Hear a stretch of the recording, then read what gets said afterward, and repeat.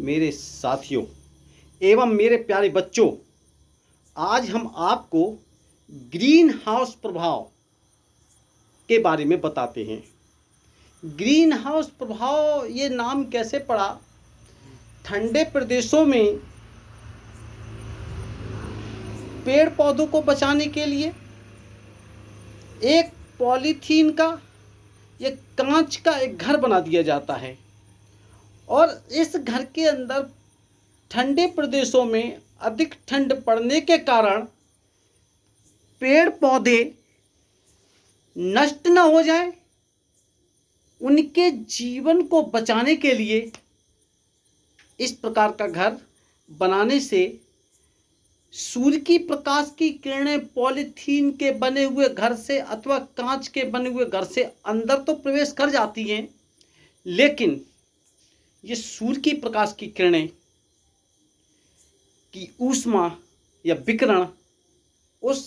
Polythene के बने घर से बाहर नहीं निकल पाती हैं, जिसके कारण ठंडे प्रदेशों में पॉलीथीन के बने हुए घर का टेम्परेचर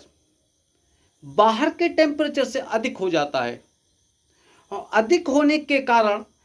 पेड़ पौधों का जीवन सुरक्षित हो जाता है, अर्थात उनके जड़ों, उनके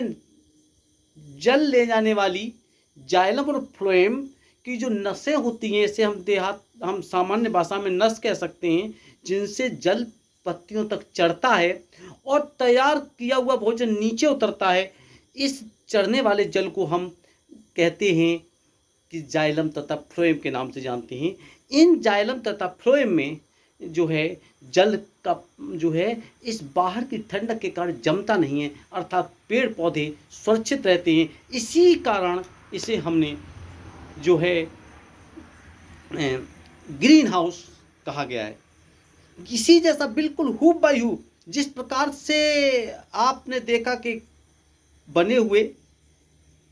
कांच के घर में या पॉलीथीन के घर में जिस प्रकार से अंदर की हिस्से की ऊष्मा बढ़ जाती है, उसी प्रकार से पार्किंग में खड़ी हुई कार के बंद शीशे और उन बंद शीशों की ऊर्जा जो है, बंद शीशों की हीट अधिक हो जाती है अपेक्षा बाहर, क्योंकि सूर्य के प्रकाश के द्वारा जो सूर्य के विकिरण जो हैं उसमें ऊर्जा अंदर तो प्रवेश कर जाती है लेकिन बाहर नहीं निकल पाती, जिसके कारण शीशे के जो है कार के शीशे के अंदर बंद होने के कारण कार के अंदर का टेम्परेचर अधिक हो जाता है अपेक्षा बाहर के कारण। यह भी बिल्कुल ग्रीन हाउस प्रभाव की तरह ही का ही व्यवहार है। अब दूसरी बात आती है कि पॉलीथीन कहने का तात्पर्य है ग्रीन हाउस प्रभाव के लिए प्रकृति में गर्मियों में जब बादल अधिक होते हों या वायुमंडल में कार्बन डाइऑक्साइड की मात्रा बढ़ जाए, तो इसके कारण भी वायुमंडल में हमारा जो मानना है ग्रीन हाउस प्रभाव, मतलब कहने का तात्पर्य है हरे रंग का जो है के प्रभाव के कारण ग्रीन हाउस प्रभाव के कहा गया है, क्योंकि वायुमंडल की सूर्य की ऊष्मा अंदर तो प्रवेश कर जाती है लेकिन वायुमंडल में कार्बन डाइऑक्साइड बढ़ने के कारण बाहर नहीं निकल पाती या बादलों की उपस्थिति में, जिसके कारण पृथ्वी का सतही तापमान बढ़ जाता है। और ये है इसी कारण ग्रीन हाउस प्रभाव पृथ्वी पर भी दिखाई देता है। इसीलिए हम इस प्रकार हम इसे ग्रीन हाउस प्रभाव के नाम से जानते हैं। अब आता है, आपको बता दें, थोड़ा एक चित्र के द्वारा दिखाएंगे कि पृथ्वी पर किस प्रकार से ग्रीन हाउस प्रभाव होता है। देखेंगे, देखें ये सामने, ये आपको जो चित्र दिया जा रहा है, दिखाया जा रहा है,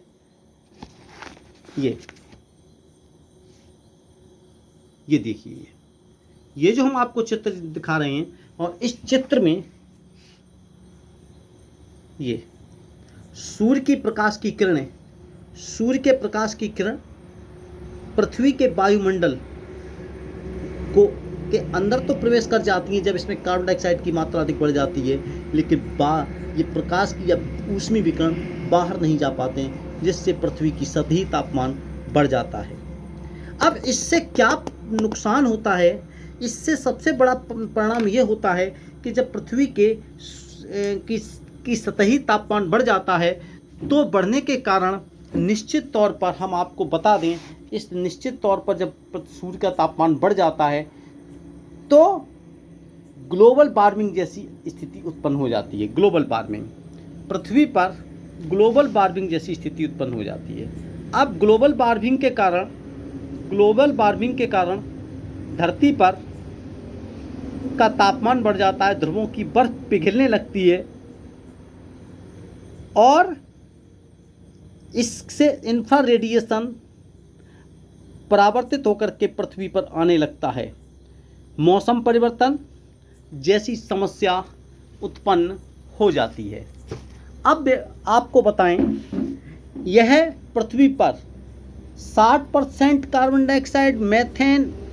सोयाफिश, ये आपको एक गोला के द्वारा चित्र दिखाया जा रहा है। ये देखिए, ये चित्र आपको ये गोले सर्किल में दिखाया जा रहा है। ये इसका तात्पर्य ये है कि पृथ्वी पर जो वायुमंडल में